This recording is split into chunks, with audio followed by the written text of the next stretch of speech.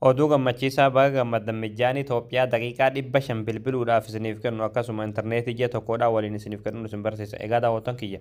daqiiqaan 500 kun yoo qusattanii itti fayyadamtan jechuudha. Ji'a tokkoof isiniif tura akkasuma intarneetiin isallee ji'a tokkoof isin fayyada jechuudha. Waan kana akka namni baay'ee argeetti fayyadamu viidiyoo kan laayik sheer gochuun jalqabaan afaan turaan hordofa. Hayya daawwattoon kiyya aappii tokko bilbila keessanitti gabbifachuu isin barbaachisa. Aappii kanaan malee hin guutamu waan ta'eef jechuudha. Aappii kana gabbifachuudhaaf as Google Chrome keessatti galtanii achi booda bakka sarchii kana tokko kilikni gootu achi booda bakka sarchii kana irratti gola Oromiyaatti ni barreessanii gola Oromiyaa achi booda gola Oromiyaa kan jiru sanii baasar tura tokkoof kilikni gootu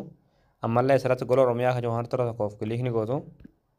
ammallee haala kan asitti sifataa asirra ta'e koon sarchii tura tokkoof kilikni gootu bakka sarchii kanatti qubee saa taa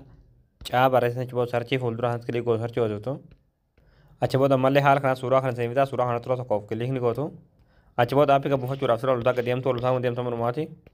achi booda dhumarratti qalamatii maadhaan kan barraa aappii as tuqaa buufadhaa akka jalatti daawulood turtii daawulood tan tuttaniiti aappii kana bilbila keessanitti gabbifatanii hayya daawwatan kiyya aappii gabbifatanii yeroo galtan aappiin lakkoofsa bilbilaa sawaa keessanitti isin gaafata lakkoofsa bilbilaa sawaa keessanii itti guuttatanii bantanii achi booda kana haala kana isin banamaa achi booda kana jalatti manage your line kan jiru hantara tokkoof kilikni gootu achi booda kana haala kana isin banamaa asirratti subscription kan jiru hantara tokkoof kilikni gootu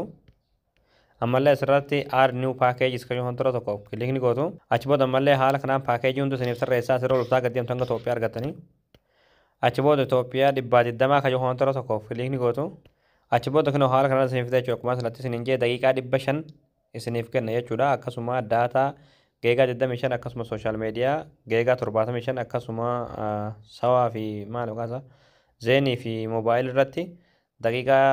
500 isiniif kenna sawaa irratti immoo maftuwaa isiniif kenna jechuudha amma guuttachuudhaaf asirratti koontinuu kana kilikii gootan alaatuluma 120 yoo qabaatan kana hunda isiniif kenna waan kana hundi keessanuu carraa kanatti fayyadamaadha waan hordoftaniif galatooma.